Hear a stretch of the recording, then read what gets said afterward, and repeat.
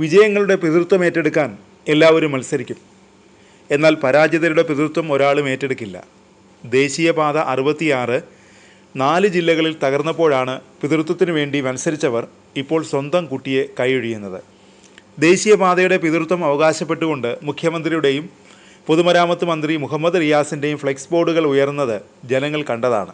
സർക്കാരിൻ്റെ 4ാം വാർഷികം ആഘോഷിക്കുമ്പോൾ ഏറ്റവും വലിയ നേട്ടമായി സർക്കാർ ഉയർത്തിക്കാണിച്ചത് വിഴിഞ്ഞം പദ്ധതിയും ദേശീയപാത നിർമ്മാണവുമായിരുന്നു. ഇപ്പോൾ കോഴിക്കോട്, മലപ്പുറം, കാസർഗോഡ്, തൃശ്ശൂർ ജില്ലകളിലെ ദേശീയപാത 66 വേനൽ മഴയിൽ പൊട്ടിപ്പൊളിഞ്ഞു വീണപ്പോൾ അതിൻ്റെ പിതൃത്വം കേന്ദ്ര സർക്കാരിനാണെന്ന് പറഞ്ഞ് കൈയൊഴിയുകയാണ് സംസ്ഥാന സർക്കാർ. എന്നാൽ ദേശീയപാതയുടെ അലൈൻമെൻറ്റ് നിശ്ചയിച്ചതും അത് കടന്നു പോകേണ്ട വഴികൾ കണ്ടെത്തിയതും സംസ്ഥാന സർക്കാരാണെന്ന് കേന്ദ്ര സഹമന്ത്രി സുരേഷ് ഗോപിയും മുൻ കേന്ദ്ര സഹമന്ത്രി വി മുരളീധരനും പറയുന്നു. മലപ്പുറം കുരിയാട്ടുണ്ടായ ദേശീയപാതയിലെ വലിയ തകർച്ചയുമായി ബന്ധപ്പെട്ട് ഇ ടി മുഹമ്മദ് ബഷീർ എം പി കേന്ദ്രമന്ത്രി നിതിൻ ഗഡ്കരിയെ നേരിട്ട് കണ്ട് പരാതി നൽകിയിരുന്നു. വിദഗ്ധരെ കൊണ്ട് അന്വേഷിപ്പിക്കുമെന്ന് കേന്ദ്രമന്ത്രി ഇ ടി മുഹമ്മദ് ബഷീറിന് ഉറപ്പ് നൽകി. അതോറിറ്റിക്ക് വീഴ്ചയുണ്ടായോ എന്ന് പരിശോധിക്കുമെന്നും കരാറുകാരൻ റെഡ്ഡിയുടെ ബാങ്ക് ഗ്യാരണ്ടി അടക്കം മരവിപ്പിക്കുമെന്നും കേന്ദ്രമന്ത്രി എം പിക്ക് ഉറപ്പും നൽകി. ചുരുക്കത്തിൽ ദേശീയപാതയുടെ പിതൃത്വം ഏറ്റെടുക്കുകയാണ് കേന്ദ്ര ഗതാഗത മന്ത്രി ചെയ്തിരിക്കുന്നത്. 6 പേർ സഞ്ചരിച്ചിരുന്ന കാർ ഉൾപ്പെടെ കടന്നു വരുമ്പോഴാണ് മലപ്പുറം കുരിയാട്ടെ ദേശീയപാത പൊട്ടിപ്പിളർന്ന് താഴേക്ക് വീണത്. തലനാടിയുടെ ഭാഗ്യത്തിനാണ് കാറിലുണ്ടായിരുന്ന 6 പേർ രക്ഷപ്പെട്ടത്. അപകടത്തിലായ ആളുകൾക്ക് നിസ്സാര പരിക്കുകൾ പറ്റിയെങ്കിലും ജീവഹാനി ഉണ്ടായില്ല. ഇതോടെയാണ് മലപ്പുറത്തും കോഴിക്കോട്ടും തൃശ്ശൂരുമെല്ലാം തകർന്ന റോഡുകളുടെ പരിസരത്തുള്ള ജനങ്ങൾ പ്രക്ഷോഭവുമായി രംഗത്തെത്തിയത്. യൂത്ത് കോൺഗ്രസ്സുകാർ ക്വാളിറ്റി കൺട്രോൾ ഓഫീസിലേക്ക് സമരം ചെയ്തപ്പോൾ അടുത്ത ദിവസം കരാറുകാരൻ്റെ ഓഫീസിലേക്ക് ഡിവൈഎഫ്ഐ പ്രവർത്തകരും കടന്നു കയറി പ്രതിഷേധിച്ചു. രാഷ്ട്രീയ ഭേദമന്യേ ദേശീയപാതയ്ക്ക് ഇരുവശവും താമസിക്കുന്ന ജനങ്ങൾ പ്രക്ഷോഭരംഗത്താണ്. ദേശീയപാതയുടെ ചുവട്ടിലുള്ള സർവീസ് റോഡുകൾ ഉൾപ്പെടെ അപകട ഭീഷണിയിലാണ്. പാടങ്ങൾ നികത്തി വലിയ തോതിൽ മണ്ണിട്ടുയർത്തിയാണ് പല പ്രദേശങ്ങളിലും ദേശീയപാത നിർമ്മിച്ചത്.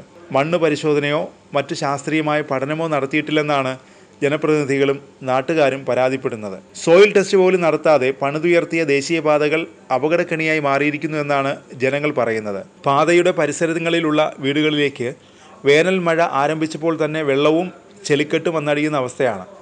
100 കണക്കിന് കുടുംബങ്ങൾ വീടുപേക്ഷിച്ച് പോകേണ്ട അവസ്ഥയിലാണ്.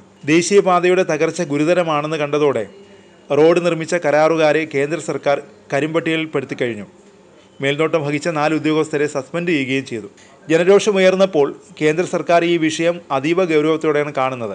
കഴിഞ്ഞ ദിവസം തന്നെ സർക്കാർ നിയോഗിച്ച വിദഗ്ധ സംഘം റോഡ് തകർന്ന സ്ഥലങ്ങളിലെത്തി പ്രാഥമിക പരിശോധന നടത്തിയിരുന്നു.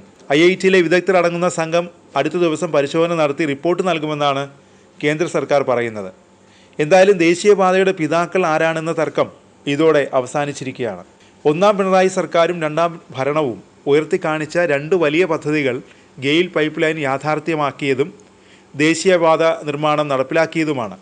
UDF സർക്കാരിൻ്റെ കാലത്ത് ഈ 2 പദ്ധതികൾക്കും സ്ഥലമേറ്റെടുത്ത് നൽകുന്നതിൽ മുൻചാണ്ടി സർക്കാർ പരാജയപ്പെട്ടുവെന്ന് പലയാവർത്തി മുഖ്യമന്ത്രി പിണറായി വിജയൻ വാർത്താസമ്മേളനത്തിൽ ആവർത്തിച്ചു. എന്നാൽ ഇപ്പോൾ പൊതുമരാമത്ത് വകുപ്പ് മന്ത്രി മുഹമ്മദ് റിയാസ് പറയുന്നത് ദേശീയപാതയുടെ തകർച്ച പ്രതിപക്ഷം സുവർണാവസരമാക്കി മാറ്റുന്നുവെന്നാണ്. അത് ശരിയല്ലെന്നും മന്ത്രി ഫേസ്ബുക്ക് കുറിപ്പിലൂടെ വിമർശിക്കുന്നു. UDFൻ്റെ ഭരണകാലത്താണ് ഇത്തരത്തിൽ ദേശീയപാത തകർന്നതെങ്കിൽ റിയാസ് ഉൾപ്പെടെയുള്ള സഹാക്കൾ എന്തു ചെയ്യുമായിരുന്നു? ഭരണപക്ഷത്തിൻ്റെ വീഴ്ചകൾ പ്രതിപക്ഷത്തിന് പ്രചരണായുധമാകുക സ്വാഭാവികമാണ്. റോഡ് തകർന്നാലും തീവണ്ടി മറിഞ്ഞാലുമെല്ലാം അതിൻ്റെ ഉത്തരവാദിത്തം ഏറ്റെടുക്കാൻ ഭരിക്കുന്നവർ ബാധ്യസ്ഥരാണ്. അതുകൊണ്ടാണ് ഒരിക്കൽ തീവണ്ടി ദുരന്തമുണ്ടായപ്പോൾ റെയിൽവേ മന്ത്രിയായിരുന്ന മിശ്ര രാജിവെച്ചത്.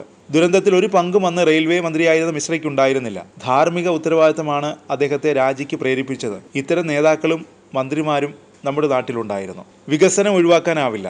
വേഗം എത്താനും വലിയ വാഹനങ്ങൾക്ക് കടന്നു പോകാനും അതിലൂടെ നേട്ടങ്ങൾ കൈവരിക്കാനും സംസ്ഥാനത്തിന് കഴിയണം. അപ്പോഴും ഉയരുന്ന ചോദ്യം ചുവരുണ്ടെങ്കിലേ ചിത്രം വരയ്ക്കാനാവൂ എന്നതാണ്. കാൽച്ചുവട്ടിലെ മണ്ണിനെ മറന്നുകൊണ്ട് ആകാശത്തിലെ നക്ഷത്രങ്ങളെ എത്തിപ്പിടിക്കാൻ ശ്രമിക്കുന്നത് മലർപ്പൊടിക്കാരൻ്റെ സ്വപ്നം പോലെയാണ്.